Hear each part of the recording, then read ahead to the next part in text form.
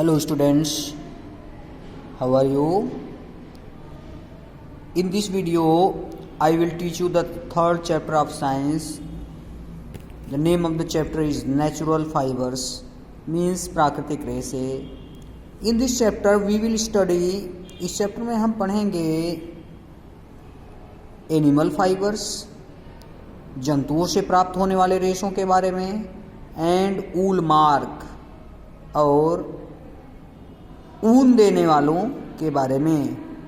Students, it is given in this chapter that clothes are our basic requirement as they do not only make us look smart but also protect us from heat, cold, insects and worms. Clothes हमारी आधारभूत ज़रूरत हैं. as they do not make us look smart, वे हमें देखने में सुंदर नहीं बनाते हैं बल्कि हमें हीट से, कोल्ड से, इंसेक्ट से और वार्म से बचाते भी हैं. But the early man did not know how to make clothes. लेकिन पहले का आदमी ये नहीं जानता था कि कपड़े कैसे बनाए जाते हैं. So they do not wear clothes, इसलिए वे लोग कपड़ा नहीं पहनते थे. With the passage of time, समय बीतने के साथ साथ, they began to use the leaves of plants, उन्होंने पौधों की पत्तियों का उपयोग करना शुरू किया. एनिमल स्किन, जानवरों की खाल का उपयोग करना शुरू किया. बार्क ऑफ ट्रीज, पौधों की छाल का उपयोग करना शुरू किया. टू कवर देयर बॉडी, अपने शरीर को ढकने के लिए. बॉडी पार्ट्स, अपने शरीर के अंगों को ढकने के लिए. Later they learn to make thread, उसके बाद लोग धागा बनाना सीख गए. And hence started weaving clothes, और इस प्रकार से कपड़ा बुनना शुरू हो गया. After the development in the field of science and technology, people started making different types of clothes. जैसे जैसे विज्ञान और तकनीक के क्षेत्र में विकास हुआ, लोगों ने विभिन्न प्रकार के कपड़ों को बनाना शुरू कर दिया. The next heading is animal fibers silk, means animal से प्राप्त होने वाले फाइबर्स, जंतुओं से प्राप्त होने वाले fibres. Here the first heading is given silk.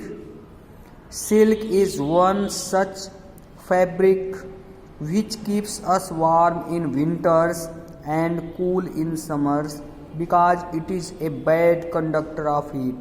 Silk एक ऐसा फैब्रिक होता है, ऐसा धागा होता है जो हमें ठंडी के मौसम में गर्म रखता है और गर्मी के मौसम में ठंडा रखता है, क्योंकि यह ऊष्मा का एक कुचालक होता है. Silk is obtained from silk warm, silk को सिल्क के कीड़ों द्वारा बनाया जाता है, प्राप्त किया जाता है. Which are reared to obtain silk thread from them, जिनका पालन किया जाता है, जिनको पाला जाता है ताकि उनसे सिल्क को निकाला जा सके. Students, the next heading is sericulture, means कीट पालन या रेशम के कीट का पालन.